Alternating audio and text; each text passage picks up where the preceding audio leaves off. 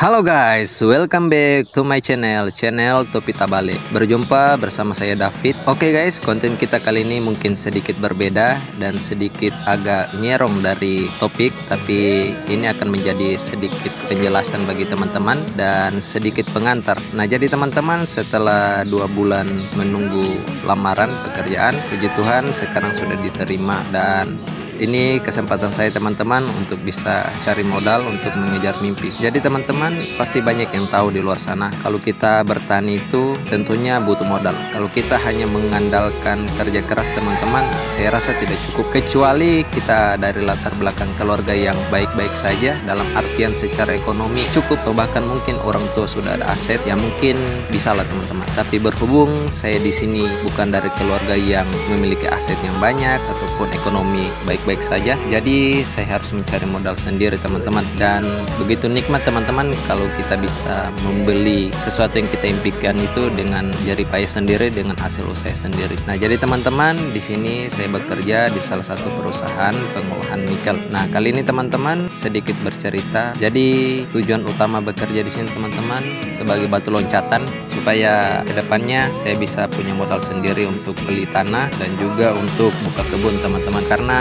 selama ini teman-teman saya cukup idealis dan selalu bermimpi untuk jadi petani sukses, tapi ternyata itu tidak cukup teman-teman, hanya dengan idealis ataupun dengan kerja keras di bidang pertanian tanpa modal. Karena teman-teman sebagai petani kita juga butuh makan. Oke teman-teman, saya beri sedikit gambaran kenapa saya katakan kerja keras itu tidak cukup. Ini dalam konteks bertani ya teman-teman. Artinya ketika kita bertani, selain kerja keras kita juga butuh modal. Kenapa saya katakan butuh modal? Saya akan berikan contoh teman-teman sederhana, tanaman sayur kangkung. Nah, jadi teman-teman, kangkung itu kan butuh 30 sampai 45 hari untuk bisa panen. Artinya selama 1 bulan teman-teman kita butuh menunggu untuk bisa menghasilkan. Nah, selama sebulan itu tidak mungkin teman-teman tidak mempunyai kebutuhan, kayak contoh makan. Apalagi kalau bertani teman-teman, kita butuh racun rumput, pupuk dan lain sebagainya. Nah, kalau kita dalam keluarga yang tidak memiliki ekonomi yang baik teman-teman, kita pasti akan tidak fokus. Karena kenapa? Kita akan berpikir selama sebulan gimana cara menghidupi diri. Berbeda dengan teman-teman kalau sudah memiliki aset atau orang tua dalam kondisi ekonomi yang baik-baik saja teman-teman. Pasti teman-teman tidak akan punya beban dan tidak akan punya pengeluaran lain teman-teman. Karena kebutuhan kayak listrik, gas dan lain sebagainya orang tua masih bisa tanggung. Nah, jadi teman-teman berbeda dengan saya, karena seperti saya bilang tadi, bukan dari keluarga yang memiliki ekonomi yang baik-baik saja. Makanya teman-teman, saya butuh batu loncatan. Nah, jadi teman-teman, saya pikir masing-masing dari kita punya batu loncatan yang berbeda-beda.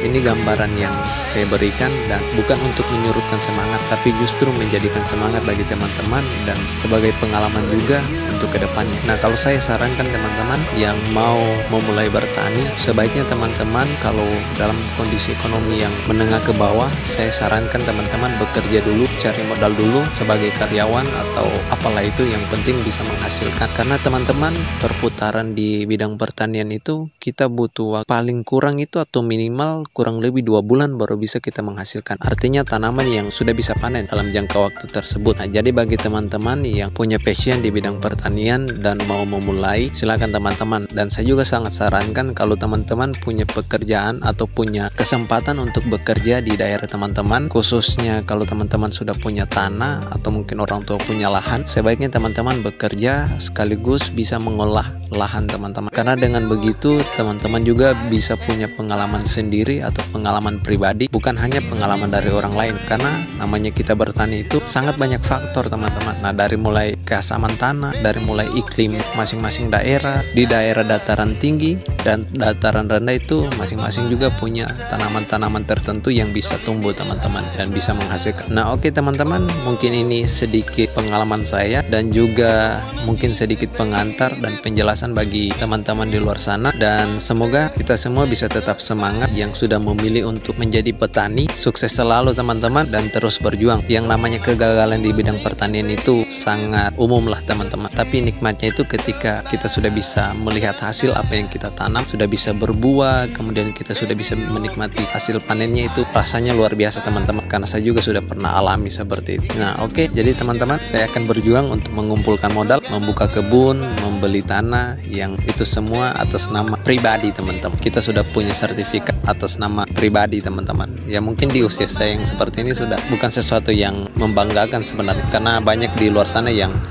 usia masih 20-an, 21, 22, 23 itu sudah punya aset sendiri teman-teman. Ya kita semua punya waktu yang berbeda-beda. Intinya tidak ada kata terlambat untuk memulai sesuatu yang baru atau untuk memulai hal yang kita inginkan teman-teman. Saya sangat senang ketika bertani, itu ada kebahagiaan tersendiri yang saya rasakan teman-teman. Karena entah ketika kita ada di kebun itu dengan suasana yang nyaman, sejuk, tenang, itu membuat hati tenang, jiwa juga tenang, dan kadang stres itu hilang teman-teman. Ketika di tempat kerja stres, pas pergi ke kebun itu seperti kita refreshing. Oke teman-teman, mungkin ini sedikit konten yang akan menjadi pengantar juga dan juga akan menjadi penjelasan bagi teman-teman ke depannya. Jadi jangan kaget nanti kalau suatu saat saya membeli tanah atau apa. Jadi saya bukan ngepet ya teman-teman. Jangan nanti dituduh kok tiba-tiba bisa beli tanah dari hasil apa. Masa panen jagung hanya 300 sampai 1 ton saja sudah bisa beli tanah, kan tidak teman-teman. Oke, sekian teman-teman konten dari saya. Jangan lupa like, komen, dan subscribe. Ikuti terus channel saya, semoga bisa bermanfaat dan menjadi ya motivasi juga bagi teman-teman yang mau memilih untuk bisa punya pekerjaan atau memilih untuk melakukan sesuatu yang kita senangi teman-teman. Karena